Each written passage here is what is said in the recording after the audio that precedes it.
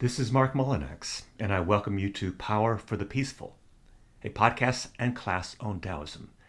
Episode 3, Dualism's Fantasies. When you listen to the ground and you put your roots down, you can hear what she says if you're listening. When you listen to the ground and you put your roots down, you can hear what she says if you're listening. The sweet sound of the river as she moves over the stones. The same song that the blood in your body sings as it weaves around your bones. When you're listening, are you listening? We are hierarchical, and our hierarchical tendencies all too often drive our intelligence. That is, they drive us to use our intelligence to try to dominate one another. Octavia Butler. Today's tone-setting quote was just read by Dr. Amelia H. Wheeler, a recent transplant from Athens, Georgia, to Madison County, North Carolina. Near the end of today's episode, Amelia will pose a powerful question for us to consider, a question that I feel we all ask. So welcome back. Great to have you along. Today we look at verse 2 of Tao Te Ching. We readers are asked in this verse to consider the wisdom of conceiving reality as one whole, rather than in our usual habits of dividing that whole into competing or opposing parts. Let's listen to this ancient verse. Verse 2, distinctions promote contention. Everyone knows how our discriminative minds frame things in pairs that seem interdependent. Awareness of the beautiful leads one to frame the ugly at the same time. Push leads to pull. Calling out the good creates headspace for the bad. Likewise, is and is not arise together. We relate easy and difficult together because they seem naturally paired. The same for short and long. High things seem high only when one points out the low. The same for front and back, and superior and inferior. The past implies a future, and so on. Once aroused, these dyads never stop. Therefore the sage practices non-interference, wu wei, with the natural in her daily life. She silences the urge to define. Situations arouse attention, but she declines to confront, allowing natural processes to proceed without interrupting or possessing.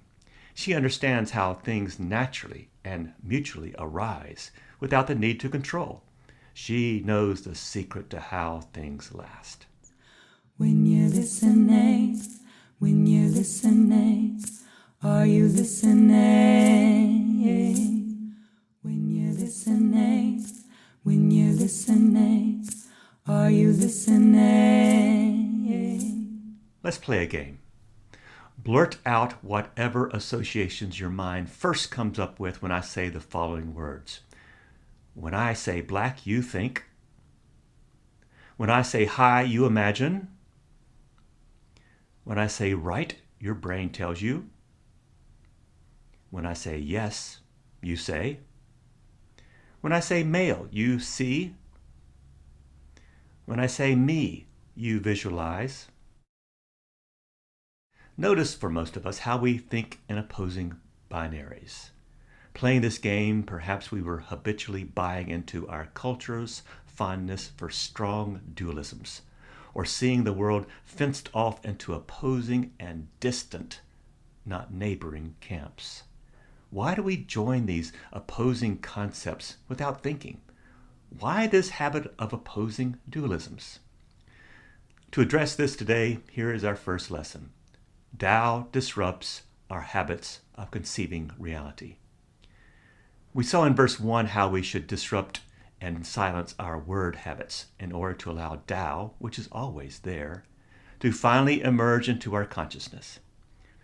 In the second verse, we have still more linguistic habits to address, for little by little and incrementally, our culture helps us to forget that there were originally no binary concepts. All that is Tao is one without division.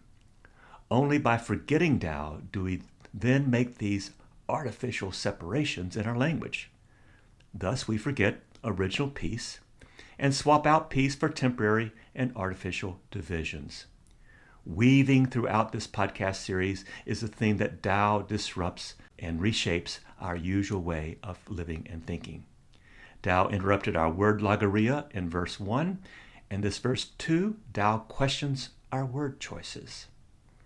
Tao exposes here our linguistic leaning to line out reality into just or only dual and falsely opposing categories. There's something at stake, though, in the way we think. And I believe we can change our habits and recover our original states, especially when we ask two questions. Who benefits from these false battle lines? And who drew these hard but artificial lines of separation? When we get into this and that thinking and use only terms of black or white, up or down, hot or cold, male or female, we create artificial and opposing categories of winners or losers, heavens and hells, saved versus sinners. If our only terms are black or white, up or down, rich set against the poor, we descend into a robotic and false relationship with reality. The key here is the root of opposite, or to oppose. We set things into opposing camps with these binaries. Tao just asks, "Oh, really?" to this forced competition. Tao interrupts the injustices that we, when we forget Tao's prior call to us, began at our level of conceptions. That is where injustices actually begin, at the conceptual level. Can we reconceive creation as one and naturally balanced?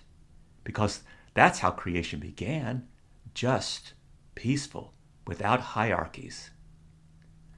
So instead of separation, Tao invites us to see all as one, all as neighbors, everything connected and contiguous. All you have to do is silence that alleged need to define by separation.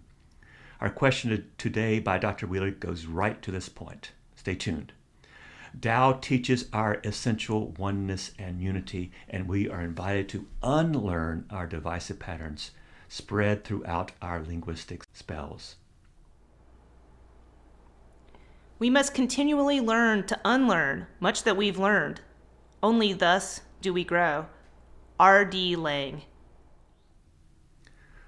Why does Tao disrupt our dualistic distinctions, which want to divide and to separate experiences into two categories, favorable and unfavorable, wanted and not wanted, good and evil?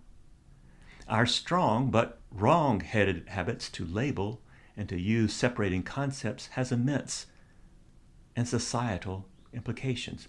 For if we assume that we can actually separate and then label the so-called good as a necessary contrast with bad, we may feel that silent permission not to feel compassion with a more negative concept. For labeling ends wonder. Labeling ends compassion. Labeling ends conversation. Labeling reduces curiosity about these less positive concepts and encourages promotion of the more positive ones alone. Reduced curiosity leads us to see negative images or concepts as unnecessary for society.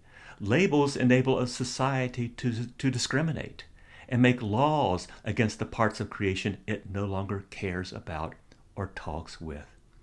This is how racism happens. This is how the destruction of nature still occurs. This is how women still get, in the 21st century, an average of 82 cents for every dollar a male makes.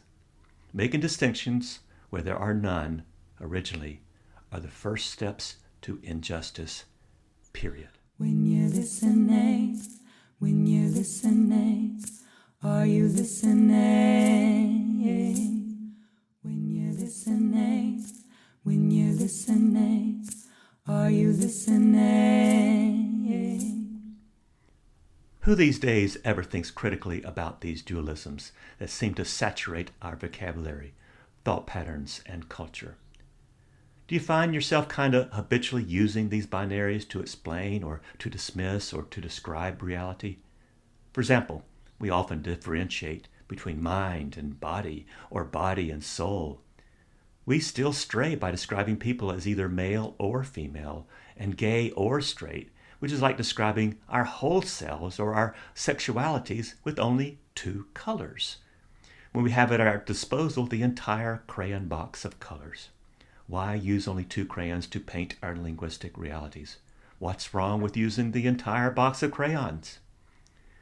People with male bodies, with lighter color skin, with leisure and privilege, usually, not always, give mind more credence and the body less confidence.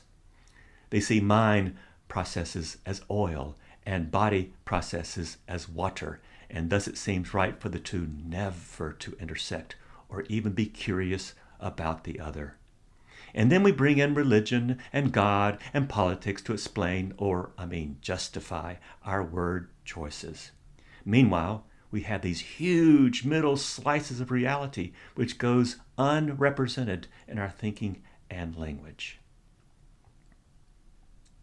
Question: do these linguistic binaries actually describe reality, or do they hinder us from seeing the entire whole fabric of reality?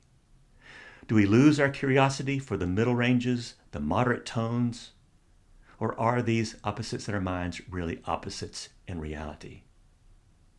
Is their warring state a natural thing?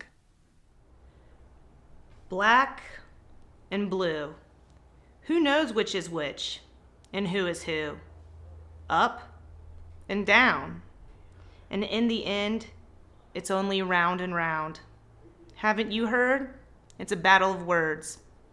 Pink Floyd from the song Us and Them.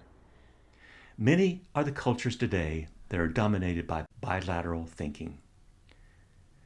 Long histories with spiritual, political, and economic sub-stories have preceded us and helped to guide us into these narrow, constricted ways.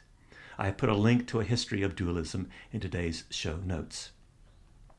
An alternative way to consider the binaries is to include them, not either or, but both and, a symbiosis.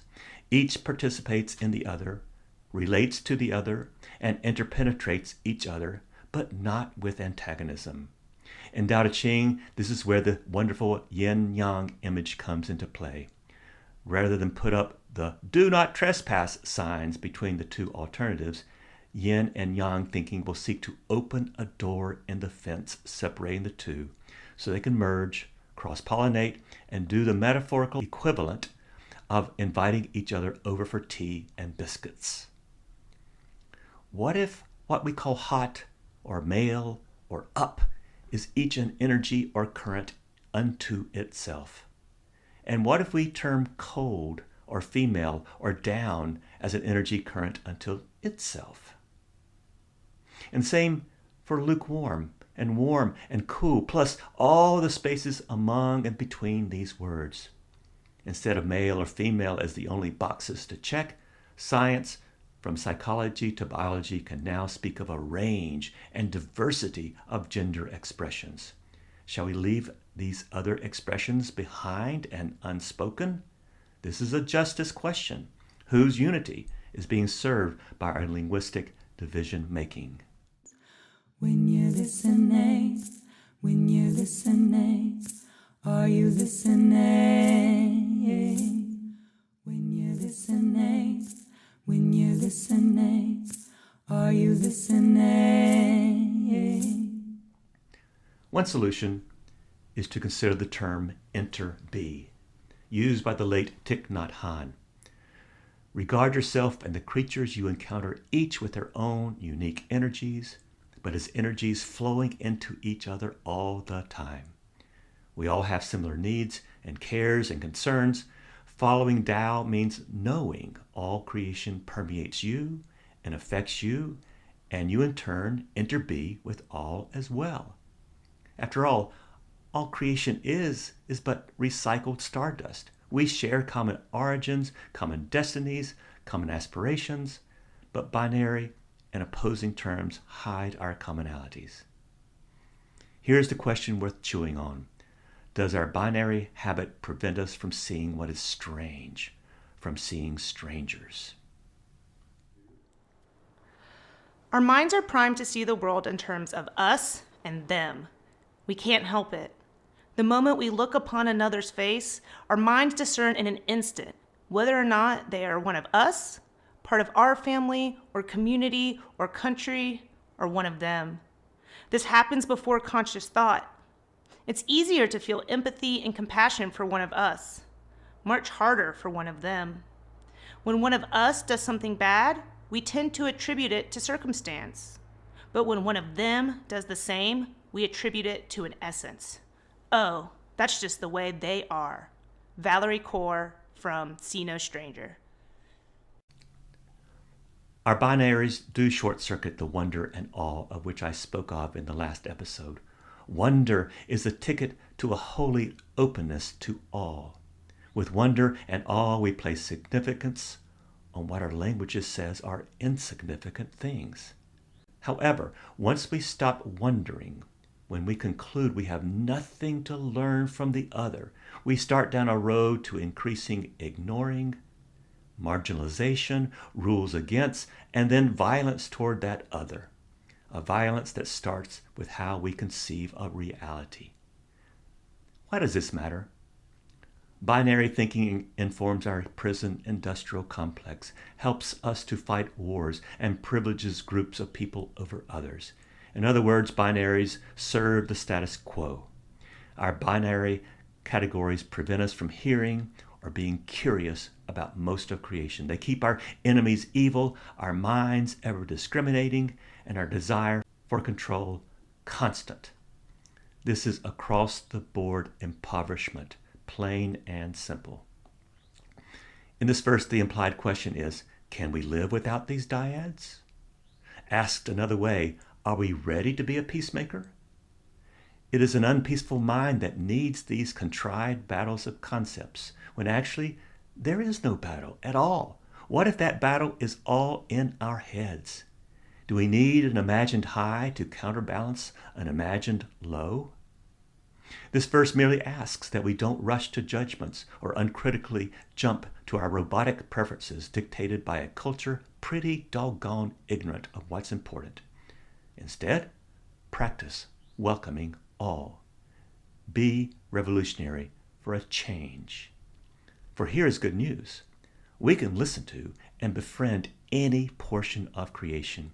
Each particle of creation creates a space within us all, and we are invited to listen and ask of each particle, person, or power, what quality of space can we co-create together?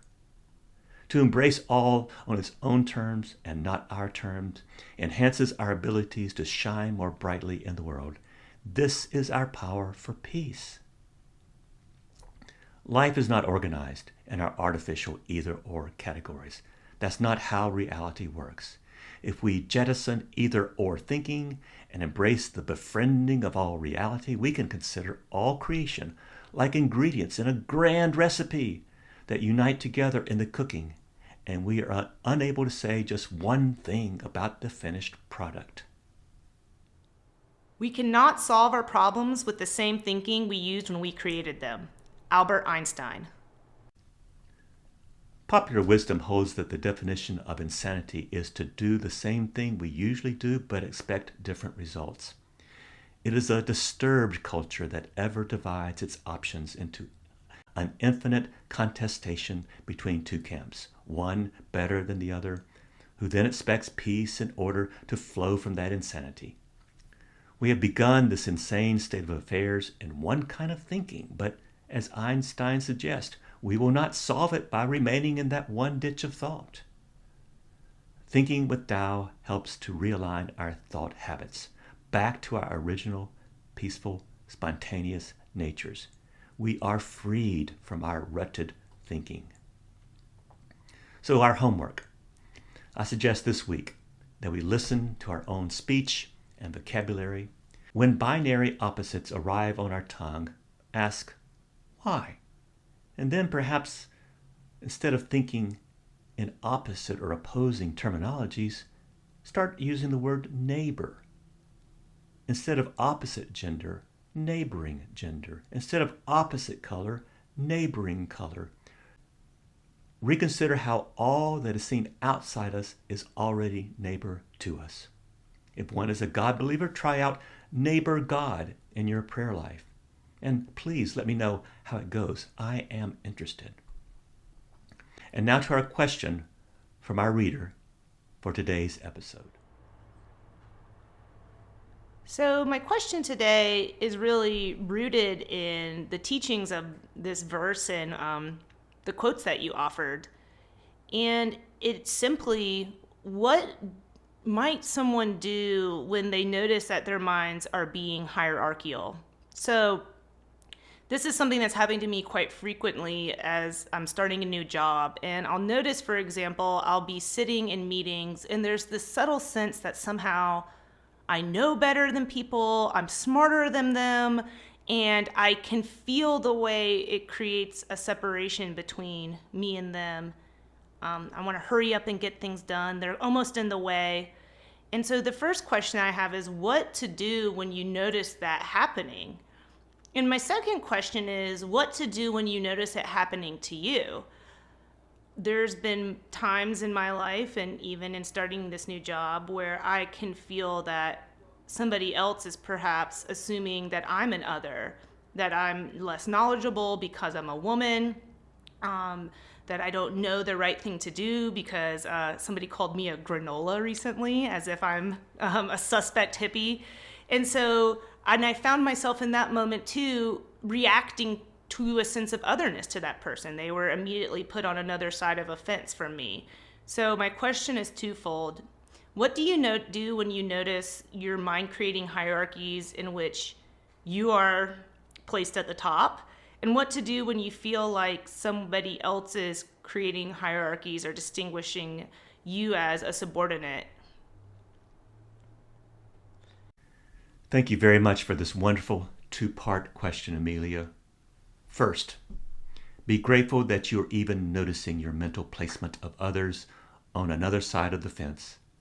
And when you notice someone putting you on the other side of their imaginary fence, that is good soul work, just noticing. Second, accept that you do this, and accept it that or when others do it to you. Don't start shoulding all over yourself. Something like, I should have stopped that in its tracks, or I should have responded back to that person with the perfect comeback and put them in their place. For when we act out of our shoulds, we are out of listening range from the other. What you want to do is keep yourself and keep them human, humane, as worthy as you regard anyone. From this acceptance attitude and the no should place, you're now ready to remember Taoism's key point. You cannot change others by direct action. We have not talked much about Wu Wei or non-action, but not inserting your ego into either situation you have asked about, I think is key. Once the ego is stimulated, it's hard to bed that down again. And it's hard to predict what troubles the ego can lead one into. So, wait. Don't react. This is Wu Wei. Wu Wei is not acting in the right time, in the right place, and for the right reason. In that open space, you now have a creative womb that embraces and befriends the situation. Can you befriend the situation even if it is an unjust gender imbalance that's thousands of years old? Fourth, remember that we are wired for goodness, and any other wiring may short circuit if we try to use anything other than our original goodness here. Trust your wiring because you want to rewire bad circuits. You want to wire in compassion and wire out ego or self-only processes. This means, finally, learning and practicing compassion for self and compassion for the other, both arise together. But compassion is hard work. When someone slights us, or when we want to export our bruised emotions onto a situation, what's going on here? I feel that what's going on here is that a scared or wounded part of our psyche is crying for help. And we feel inadequate until we build a fence against the slights we make or the slights we take. Maybe part of us that feels inadequate is crying for healing. This moment shows a place in us that could use more self and other compassion. By not responding in our usual ways, which is usually by building a fence, we then prepare a womb, an empty place where creativity comes in and you can learn to build gates in the gateless fence. That empty gate in that fence between you and someone else is your womb. I liken this to a small stone when wisely placed in a stream alters that water flow just a little, but enough to cause a change in water pressure and flow downstream. So make your wise choices to place a stone of interruption in your psychic flow so that you both become more aware of and compassionate in these hard situations. And then you develop wise strategies from a healthy womb within you. Best wishes, Amelia. If you find this podcast helpful, I would so appreciate your leaving your review on your podcast provider. That will help this podcast find more people like you. Also, if you'd like to be a reader and question asker, hop on to markmullinax.com. This podcast is an original labor of love, designed, written, and produced by me. Its central idea is that Tao Te Ching is good news for today. Tao still speaks. Thanks to Dr. Amelia H. Wheeler for her voice and question. Thanks to Audrey Davis for her artwork. The song Put Your Roots Down is graciously offered by songwriter and singer Molly Hartwell. The copyright for quotations from Tao Te Ching is held by Fortress Press. May your days begin in peace and become laboratories for radical hope. When you listen to the ground and you put your roots down, you can hear what she says if you're listening. When you listen to the ground and you put your roots down, you can hear what she says if you're listening. The sweet sound of the river as she moves over the stones. The same song that the blood in your body sings as it weaves around your bones. When you're listening, when you're listening.